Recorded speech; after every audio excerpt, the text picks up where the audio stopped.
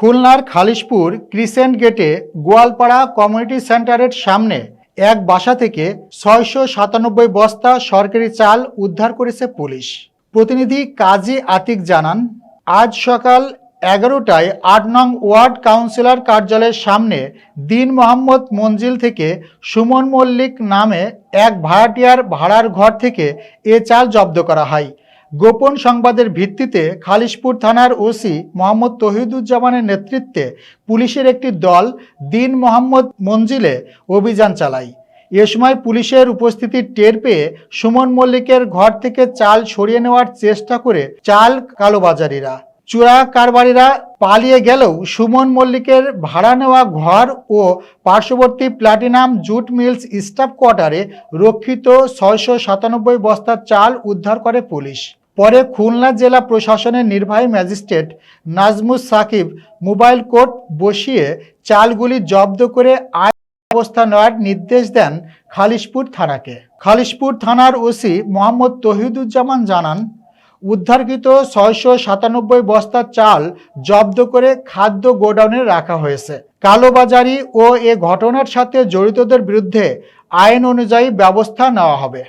আমরা একটা গোপন সংবাদ পেয়ে আসি, তারপরে আমরা আমাদের যে নির্বাহী ম্যাজিস্ট্রেট আছে নাজমুস সাকিব স্যারকে, তাকে আমি ফোন করি, সে নিজেও চলে আসে। এখানে আমরা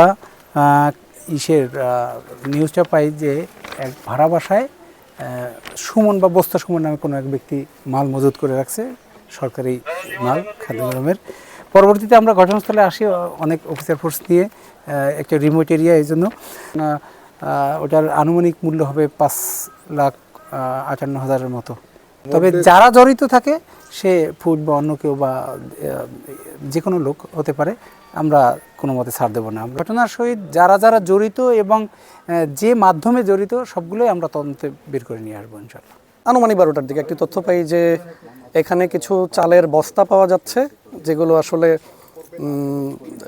মজুত করে রাখা হয়েছে। চালের বস্তা সম্পৃক্ত এই তথ্যগুলো পেয়ে আমরা এখানে আসি। আমরা এসে এখানে দেখতে পারলাম যে এখানে প্রথমে একটি ভাড়াকৃত বাড়িতে প্রায় ৫৬৪ বস্তা চাল রাখা হয়েছে মজুত করে, এবং এই বাড়ির পাশের যে দেয়াল, সেই দেয়ালের ওপাশেও কিছু বস্তা তারা সম্ভবত সেগুলো সরানোর চেষ্টা করেছিল।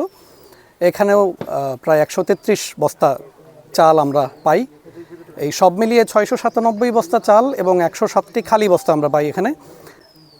তো এই বস্তাগুলোতে যেহেতু আমরা খাদ্য অধিদপ্তরের লোগো দেখতে পেয়েছি, আমরা ধরেই নিতে পারি যে এই বস্তাগুলো সরকারি চাল, যেটা এখানে হয়তো রাখা হয়েছে।